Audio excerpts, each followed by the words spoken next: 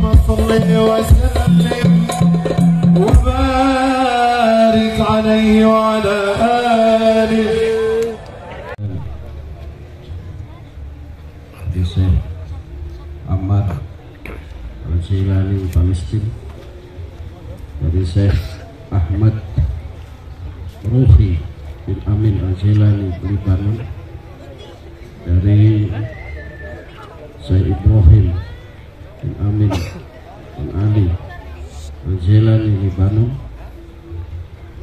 Masya Allah, yang dari Hadraul Maut Syekh Ahmad bin Umar bin Husain Bafadal. Insyaallah marga Bafadal ini rata-rata menjadi orang-orang alim, menjadi kanzul ulum. Marhaba ya Syekh Ahmad bin Umar bin Husain Bafadal dari Karim. Kamu kita juga Habib Muhammad bin Ali bin Muhammad Syahab. Beliau pernah keponakan daripada Ainul Karim Abdullah Syihab daripada Tarim, dan para habaib yang lain yang tidak bisa kami sebutkan, ulama-ulama yang tidak bisa kami sebutkan, tidak ketinggalan daripada guru kami Al Syihab. Beliau Tufatul Ula, murid-murid pertama di antara Habib Umar bin Hafiz Tarim. Bahkan beliau seringkali mendampingi Mufidul waktu sehari satu malam, seperti hanya mukjizatnya Sayyidina Rasulullah SAW. Tatkala Al-Quran menjadi mukjizat yang paling langgeng, begitu pula kitab-kitab yang dikarang oleh Habib Salim. Dan ada tamu Habib Salim Al-Haddar yang dari Yaman mendoakan Habib Ahmad dan istrinya sampai setahun lebih, karena Habib Salim Al-Haddar dulu mengatakan insya Allah akan hamil, tapi keluarga kandungannya nunggu saya. Habib Salimnya yang dari Yaman itu lewat lupa, sehingga setahun lebih enggak keluar. Diingatkan pas waktu di Sulawesi, sehingga pas Habib Salim Haddar datang ke Surabaya, alhamdulillah apa janji walinya Allah ini wujud, lahirlah buyut datuk beliau ini. Alhamdulillah, Habib Salim, marhaba Habib Salim, terima kasih atas kedatangannya. Dan para tamu-tamu undangan yang lain dari unsur pemerintah, wali kota dan yang mewakilinya, dari unsur TNI, Polri, bahkan ada Danyon Brimob itu datang ke sini. Bapak Lurah, Bapak Camat yang kita Camat Selatan itu ibaratnya seperti Sayyidina Umar bin Khattab keliling kampung. Bapak Lurah jenggot dan beserta staf, para tamu undangan yang kami hormati, alhamdulillah pada malam hari ini kita patut bersyukur karena sana dulu di Mekah itu ada rubat namanya rubat Naqsyabandi. Syekh Abdul Karim, Syekh Nawawi Al-Bantani dulu tinggal di rubat Naqsyabandi, termasuk Syekh Abdul Karim Al-Bantani. Bagi Muslih berguru kepada ayahandanya juga Kiai Abdurrahman Qasidul Haq, Kiai Abdurrahman Qasidul Haq berguru juga kepada Kiai Soleh Darat, terus bersambung kepada Sayyidina Rasulullah SAW. Itu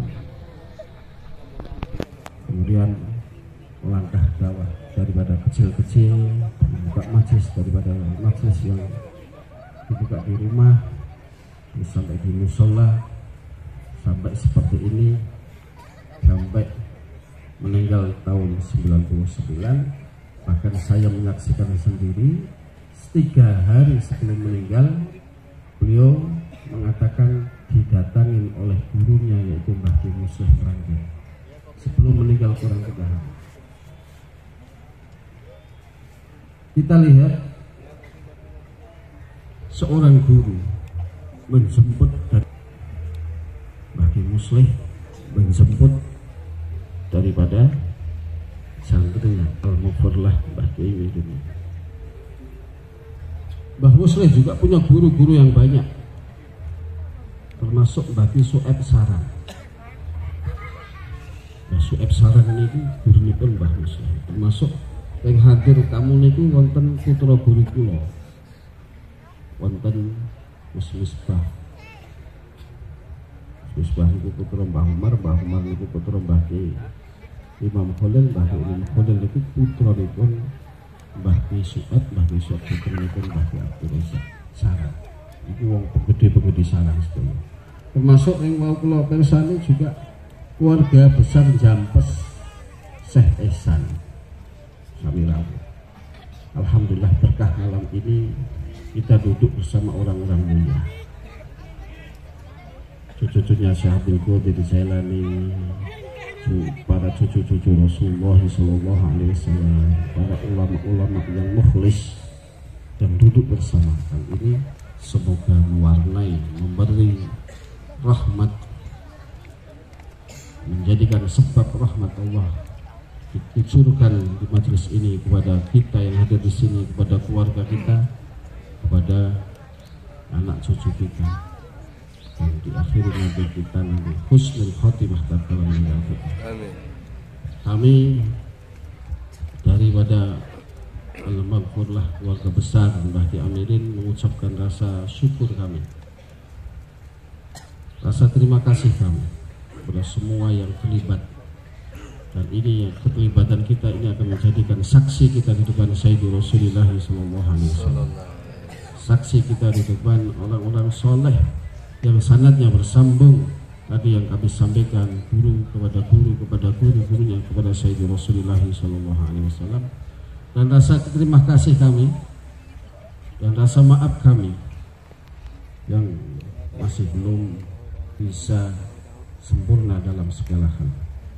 Untuk sambutan yang pertama kami mohonkan mungkin nanti walau qalil mungkin 5 daqiqah aziyad kami nurid ada yatlub min al-masyayikh daqiqah 5 daqiqah memberikan barokah, memberikan sedikit ilmu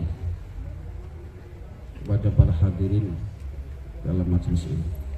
Mu'id al-fa'al lima yurid alladhi jami'u khalqihi tahta qahrihi wa hum lahu 'abid anta wal khalaiq kulluhum 'abid wal ilahu fina yaf'al ma yurid hammuk wa ihtimamuk wayhak ma yufid al-qada taqaddam faghna mis-sukun la yakthuru hammuk ma qaddir yakun.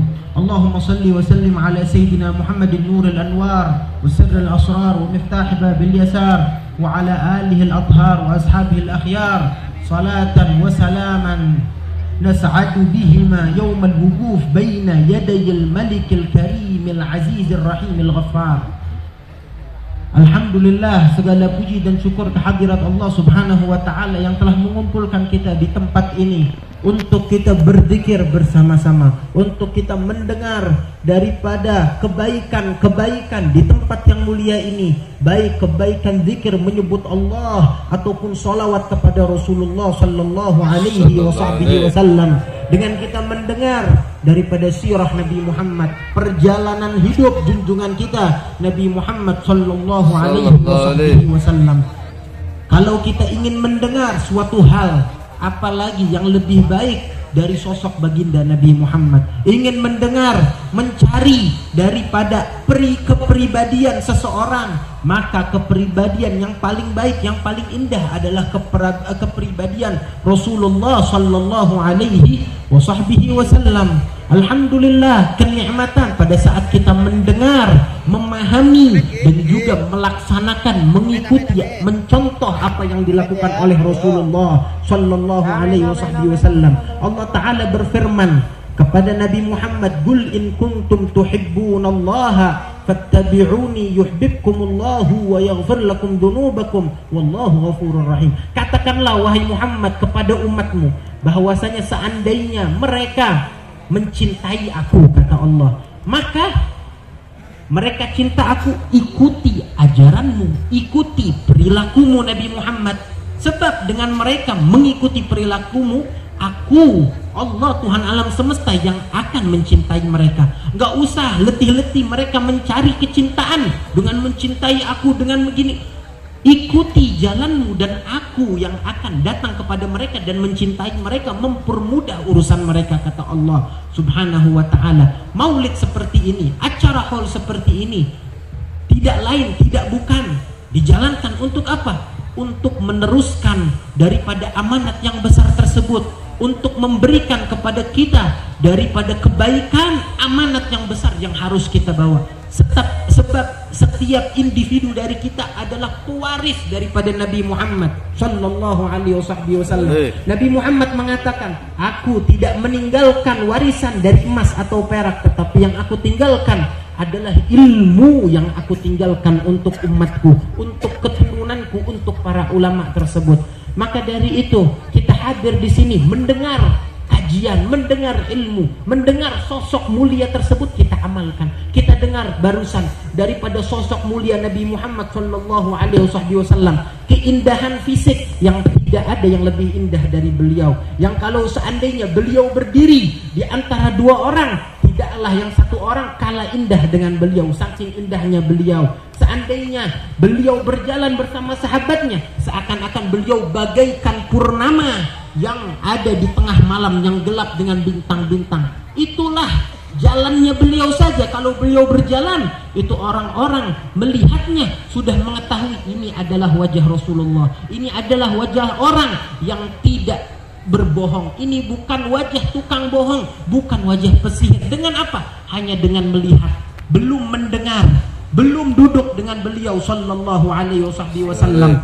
Berapa banyak sahabat yang masuk Islam pada saat hanya melihat akhlak Rasulullah, belum mendengar Al-Quran, hanya dengan melihat sosok Rasulullah mereka langsung beriman. Mereka mengatakan ini baru Rasul yang dikirimkan oleh Allah, utusan Allah, hanya dengan melihatnya. Masya Allah. Nabi Muhammad mengatakan, innama bu'ithu liutammima makarimal akhlak. Aku diutus oleh Allah adalah untuk mensempurnakan daripada akhlak yang mulia ini, daripada budi pekerti yang paling baik. Dikatakan oleh Sayyidatina Aisyah pada saat ditanya, seperti apa akhlaknya Rasulullah? Dikatakan, kana khuluquhul Quran. Akhlak Rasulullah seperti Al-Quran yang berjalan di muka bumi. Yang artinya Al-Quran apa itu? Maksudnya Rasulullah itu betul-betul seperti terjemahan Al-Quran yang hidup di muka bumi. Siapa sosok yang bisa menerjemahkan Al-Quran atau melaksanakan semua perintah yang ada di Al-Quran sebaik-baiknya seperti beliau sallallahu alaihi wasallam. Bahkan para sahabat yang duduk bersama Rasulullah, murid-muridnya Rasulullah, mereka mendapatkan keberkahan dengan duduk bersama Rasulullah. Mereka mendapatkan daripada keindahan tersebut sampai mereka pun menjadi indah. Perangai mereka menjadi baik, akhlak mereka menjadi baik. Sampai-sampai kalau ada orang datang ke kota Madinah belum pernah melihat yang mana ya Rasulullah, mereka kadang tertukar sampai nanya ke yang samping, yang mana yang Rasulullah? Yang itu apa yang itu? Tertukar dengan siapa? Tertukar dengan kepribadian yang mulia dari Sayyidina Abi Bakar, kepribadian yang mulia daripada Sayyidina Abdullah ibn Mas'ud. Itu yang membuat mereka tertarik daripada agama Islam ini, sampai berbondong-bondong sahabat makin banyak, makin membaiat Rasulullah, sampai Islam yang sebelumnya sedikit menjadi banyak, menjadi luas. Yang sebelumnya diusir dari kota Mekah ke kota Madinah, baru ada beberapa puluh sahabat mulai menyebar hanya dalam hitungan sekitar tidak sampai 10 tahun, kecuali agama Islam telah tersebar di kota Madinah. Hanya dengan apa? Akhlaknya Rasulullah sallallahu alaihi wasallam. Padahal kalau kita lihat, mereka masuk Islam gara-gara duduk dengan Rasulullah, gara-gara mereka mengambil manfaat tersebut para sahabat. Tetapi ingat bahwasanya yang melihat Rasulullah bukan hanya para sahabat, yang mendengar perkataan Rasulullah bukan hanya para sahabat, tetapi Zu'ama Quraisy juga ada di sana. Ada Abu Jahal, Abu Lahab yang setiap hari melihat Rasulullah. Ada para kafir Quraisy yang setiap hari mengganggu Rasulullah. Kenapa mereka enggak dapat daripada cahaya yang didapatkan sahabat, enggak mendapatkan daripada keimanan kepada Rasulullah? Kenapa? Sebab mereka tidak mempunyai husnudzon, enggak mempunyai pandangan yang dilihat oleh para sahabat. Yang mereka lihat, ini adalah ponakan kami, ini adalah sepupu kami. Yang mereka lihat seperti itu. Yang mereka katakan, mali hadar Rasul ya'kulu ta'am yamshi fil aswaq.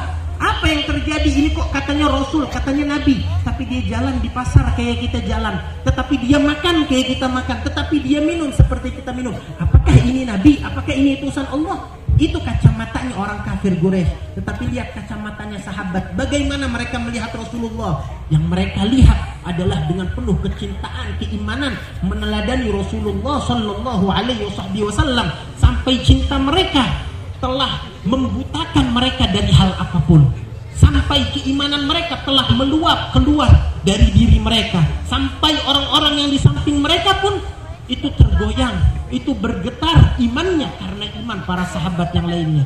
Dikisahkan bahwasanya salah satu sahabat yang bernama Habib bin Zaid al-Ansari, salah satu sahabat dari kota Madinah, itu pada saat datang di akhir daripada kenabian Nabi Muhammad sebelum beliau meninggal, ada kabar datangnya dari pada suatu kampung, suatu daerah yang di sana ada nabi palsu yang bernama Musailamah.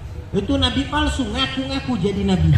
Sampai kabar datang kepada Rasulullah Shallallahu Alaihi Wasallam, maka Rasulullah ingin mengajaknya, ingin menariknya untuk beriman, memberitahukan amanat yang Rasulullah Shallallahu Alaihi Wasallam bawa.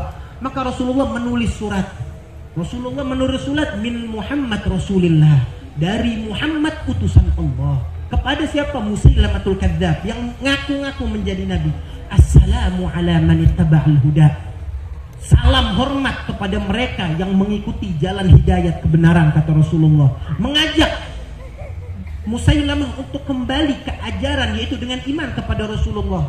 Padahal kaum daripada Bani Hanifah sebagian sudah banyak yang beriman, tetapi gara-gara Musailimah mengaku nabi, banyak dari mereka yang murtad. Maka setelah itu Rasulullah mengirimkan surat tersebut kepada siapa? Kepada para sahabat, dicari siapa sahabat yang berani masuk ke dalam kampung daripada kekufuran ini, orang-orang yang murtad. Maka berdiri ini Habib bin Zaid terpilih. Maka dia membawa surat tersebut bukan dengan ketakutan, tetapi dengan keberanian. Kenapa berani? Gara-gara perintah Rasulullah, gara-gara kecintaan kepada Rasulullah Shallallahu Alaihi Wasallam. Yang dia lihat perintah ini adalah perintah yang agung. Walaupun dia tahu seandainya dia datang dia akan terbunuh, ini markas daripada orang-orang yang murtad, tetapi nggak ada rasa takut. Dia jalan tidak gentar membawa surat tersebut. Lalu pada saat datang diberikan kepada Musailimah itu surat tersebut. Musailamah menanyakan, marah pada saat membaca surat tersebut. Lalu Musailamah menjarakan daripada sahabat Rasulullah. Padahal seorang Rasul, seorang daripada utusan itu nggak boleh dibunuh, nggak boleh untuk ditahan. Dari zaman dulu, dari sebelum ada Islam, itu adalah suatu pengkhianatan dalam peperangan. Maka ditahan. Pada saat ditahan, setelah itu dikeluarkan di hari berikutnya. Dikumpulkan orang-orang, dikumpulkan daripada para petinggi-petinggi di kampung tersebut. Lalu dikeluarkan ini Habib bin Zaid. Apa yang dikatakan? Dia mengatakan, Musailamah kepada Habib bin Zaid, apakah engkau bersaksi bahwasanya Muhammad Rasulullah? Dia mengatakan na'am, dengan penuh kebahagiaan, dengan penuh daripada keberanian mengatakan, aku bersaksi bahwasanya Muhammad adalah utusan Allah, dengan kecintaan beliau. Lalu ditanya sama Musailamah, apakah engkau beriman bahwasanya aku adalah utusan Allah juga seperti Muhammad? Maka dikatakan oleh Habib bin Zaid, aku tidak mendengar daripada ucapanmu, sesungguhnya di kupingku ada yang menghalangi dari ucapanmu, nggak diterima. Maka marah Musailamah, lalu mengatakan kepada tukang penggal yang ada di samping Habib bin Zaid ini, orang kalau depannya ada pedang kira-kira bakal jawab apa? Bilang saja beriman dan selesai, setelah itu pulang. Tetapi dia nggak mau mengatakan hal tersebut. Dia mengatakan, aku tidak mendengar ucapanmu.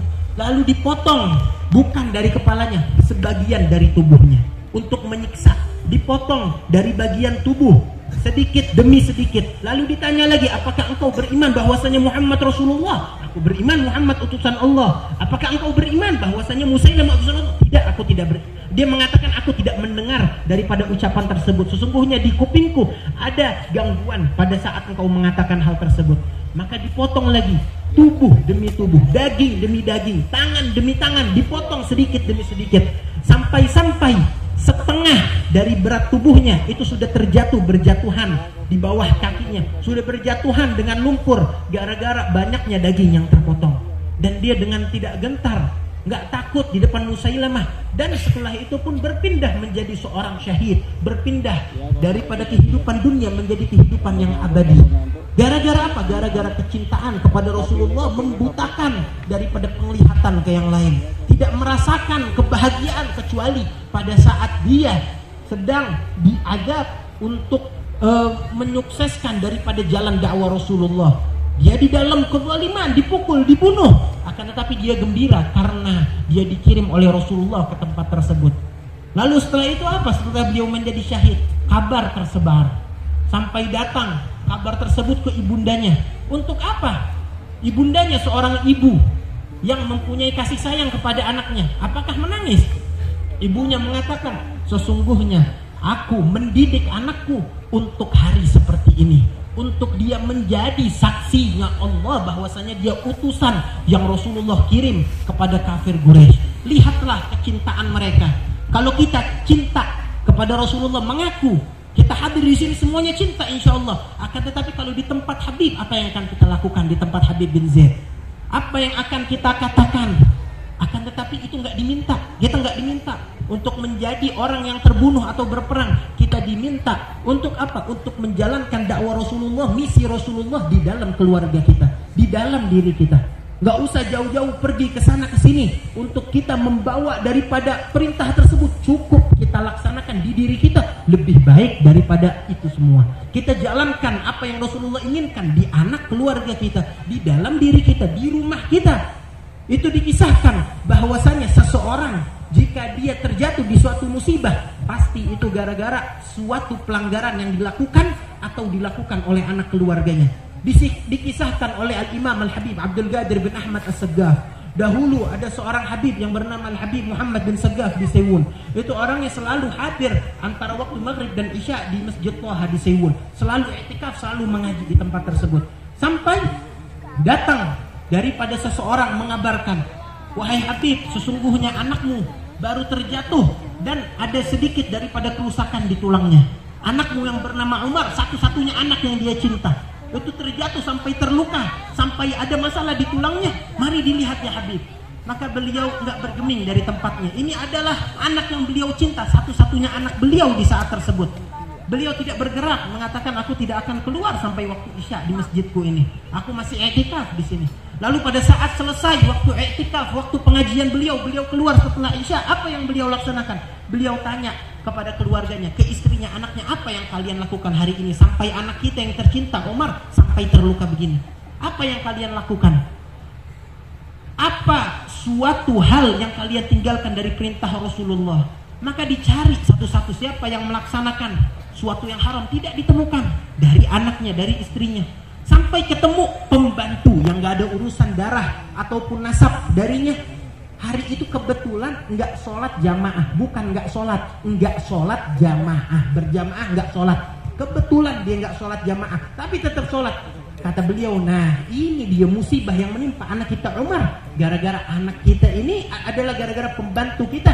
Nggak kita perintahkan sholat jamaah, nggak kita perhatikan yang ada di rumah kita. Maka Allah Ta'ala mengirimkan daripada pemberitahuan ini dengan mencelakakan anak kita. Lihatlah bagaimana pandangan beliau kepada Allah, kepada Rasulullah, kepada syariat Nabi Muhammad. Yang beliau jalankan adalah perintah Nabi Muhammad untuk berhusnudzan, untuk memperbaiki keyakinan, untuk husnudzan kepada Allah dan kepada hamba-hamba Allah, memperbanyak daripada penglihatan yang baik, mengintrospeksi seseorang dengan kebaikan, bukan dengan keburukan, bukan memperbanyak suudzon, bukan banyak buruk sangka, tetapi banyaklah daripada kebaikan dengan kita memandang satu sama lain dengan mata kacamata husnudzon itu. Itulah jalan mereka. Bahkan dari mereka yang hanya kalau jalan orang-orang menangis melihat mereka, masuk Islam hanya dengan melihat, bukan Rasulullah, daripada keturunan mereka, daripada para ulama yang menjalankan perintah Rasulullah sallallahu alaihi wasallam. Wa ibadur rahman alladziina yamshuna 'alal ardi haunan wa idza khatabahumul jahiluna qalu salama.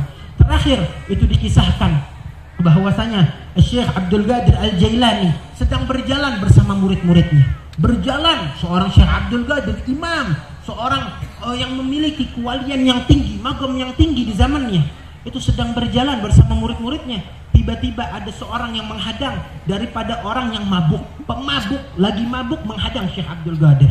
Orang mabuk, apa yang dilakukan kira-kira? Ada orang mabuk menyetop daripada seorang guru besar bersama murid-muridnya sedang jalan. Maka tiba-tiba tanya ini orang pemabuk, ya Abdul Qadir, Allah Qadir, wahai Abdul Qadir, apakah Allah Ta'ala bisa Allah Ta'ala mampu katanya. Pertanyaan yang aneh, mampu apa? Hanya menanyakan apakah Allah Ta'ala mampu. Maka Syekh Abdul Qadir menjawab dengan lantang, bala innallah qadir. Betul, Allah Ta'ala bisa mampu melakukan apapun. Maka orang-orang terheran dengan jawaban dan pertanyaan yang aneh tersebut di depan mereka. Dan belum selesai, ditanya lagi oleh hamba tersebut, oleh seorang pemabuk, mengatakan, Alaihissallahu biqadir. Ditanya pertanyaan yang sama, bukankah Allah Ta'ala itu mampu? Maka dikatakan Allah Ta'ala mampu. Sambil Syekh Abdul Qadir mulai bergetar di pertanyaan kedua. Lalu ditanya lagi, tidak selesai. Pertanyaan yang ketiga, wahai Abdul Qadir, Allah Qadir, apakah Allah Ta'ala mampu? Maka Syekh Abdul Qadir mengatakan sambil menangis, sambil histeris mengatakan, bala na'am Allah Qadir. Maka terheran murid-muridnya. Syekh Abdul Qadir menjawab pertanyaan yang tidak ada pertanyaannya dengan jelas, bahkan sampai menangis di akhir pertanyaan. Maka ditanya setelah berlalu waktu tersebut, wahai Syekh, apa yang ditanya hamba tersebut, pemabuk yang sedang mabuk sampai engkau menangis? Maka Syekh Abdul Qadir mengatakan, yang pertama dia nanya kepada saya, apakah Allah Ta'ala Qadir? Yang dia maksud yang pertama adalah apakah Allah mampu untuk saya diberikan taubat dari Allah, taubat saya diterima oleh Allah. Apakah Allah mampu menerima taubat saya? Saya seorang pemabuk. Maka kata Syekh Abdul Qadir, Allah Ta'ala bisa melakukan hal tersebut, mampu untuk menerima taubatmu. Lalu pertanyaan kedua, nanya pertanyaan yang sama. Yang kedua kata Syekh Abdul Qadir, dia menanya, apakah Allah Ta'ala mampu untuk menjadikanku seorang pemabuk ini dirubah menjadi seorang ulama seperti engkau, wahai Syekh Abdul Qadir? Maka Syekh Abdul Qadir mengatakan, Allah Ta'ala mampu melakukan hal tersebut. Allah Ta'ala melakukan setiap hal. Maka yang terakhir ditanya, wahai Syekh Abdul Qadir, apakah Allah Ta'ala mampu? Untuk apa? Pertanyaan terakhir adalah untuk menjadikan engkau di tempatku sekarang. Syekh Abdul Qadir, seorang ulama yang besar, mempunyai murid banyak, ditempatkan di tempat seorang pemabuk. Apakah Allah Ta'ala bisa? Maka Syekh Abdul Qadir dengan nangis, dengan histeris mengatakan, bisa, Allah Ta'ala mampu melakukan hal tersebut. Lihatlah seorang ulama seperti Syekh Abdul Qadir Al-Jailani yang mempunyai murid banyak, ilmu luas, tidak memandang dirinya akan selamat, tidak memandang bahwasanya dirinya adalah orang yang bisa lulus begitu saja dari azab di hari kiamat, sampai beliau takut ditempatkan di tempat orang tersebut, si tukang pemabuk. Lihat diri kita, apakah diri kita bisa menjalankan perihal tersebut? Kita ngaku cinta Rasulullah, tetapi tidak ada peneladanan dari diri kita. Ayo lihat diri kita, ayo bangun, tidak keluar dari majelis ini kecuali kita telah membenarkan, membersihkan keluarga kita dari keharaman, daripada kejelekan-kejelekan. Tidaklah keluar dari bulan Rabiul Awal kecuali ini kesempatan kita di bulan ini untuk memulai hidup dengan sunnah Rasulullah, untuk menjalankan sunnah-sunnah setiap hari kita, setiap mendengar majelis, keluar dari majelis membawa satu faedah, paling tidak menjalankan satu amanah, menjalankan daripada perintah Rasulullah sallallahu alaihi wasallam. Allahumma ya man wafaq ahlil khairil khair wa anhum alaih, wafiqna Allahumma lil khair wa inna alaih birahmatika ya arhamar rahimin. Rabbana hab lana min azwajina wa dhurriyyatina ta'ayun waj'alna lil muttaqina imama. Rabbana isrif 'anna 'adzab jahannam inna 'adzabaha kana gharama. Rabbana atina fid dunya hasanah wa fil akhirati hasanatan wa qina 'adzaban nar. Wa sallallahu ta'ala ala sayyidina Muhammad an-nabiyil ummi wa ala alihi washabbihi wasallam. Lebih kurangnya mohon maaf, dan untuk perpanjangan mohon maaf. Wal 'afwu minkum. Wassalamualaikum warahmatullahi wabarakatuh. Nabi bilang, la yadkhuluna jannah man bata syab'anan wa jiranuhu jai'ana. Tidak bakal masuk surga orang yang tidur kenyang, tetangganya lapar. Ruhama bainahum. Hubungan dia sama Allah, tarahum raka'an sujud. Hubungan sama Allah, kamu akan lihat dia benar-benar ibadah sama Allah. Waktunya semua buat ibadah pada Allah. Mau ngapain? Yabtaguna fadlan min Allahi wa ridwan. Inilah ciri mereka. Sampai kata Allah, simahum fi wujuhihim min athari sujud. Kamu akan lihat di wajah mereka itu bekas sujud, bukan hitam, belah, bekas sujud. Mukanya kelihatan. Dulu orang-orang kufar di masa Rasulullah lihat Rasulullah bilang apa? Falamma nazartu ila wajhi alimtu annahu laysa biwajhin kadzdzab. Inilah bekas sujud. Ketika saya lihat mukanya, saya tahu ini bukan tukang bohong. Kelihatan sudah. Orang yang ketika dilihat mengingatkan kita pada Allah. Maka mari kita pulang ambil ciri-ciri tersebut, bawa pulang ke rumah, biar kita hidupnya bahagia. Mau apapun keadaannya, kejadiannya, kita pasti bahagia karena kita hidup dengan Nabi Muhammad. Mudah-mudahan berkat hauliyat ini, berkat para syuyukh yang hadir, mudah-mudahan keberkahan mereka mengalir pada kita semua. Amin. Kepada anak istri kita, kepada keluarga kita, kepada kampung kita, kepada negeri kita, pada negara kita semua, insya Allah. Dan Allah angkat bala dan musibah. Allah jadikan kita semua orang-orang yang beruntung dengan Rasulullah, yang terhubung dengan Nabi Muhammad, yang tidak lagi pisah dengan Rasulullah mulai detik ini insya Allah, hingga kita meninggal pun bersama Rasulullah, masuk ke kubur pun dihadiri oleh Rasulullah, dan kita nanti dibangkitkan oleh Allah di bawah naungan bendera Nabi Muhammad SAW. Amin ya rabbal alamin. Wassallallahu ala sayyidina Muhammadin wa ala alihi wasallam. Walhamdulillah rabbil alamin.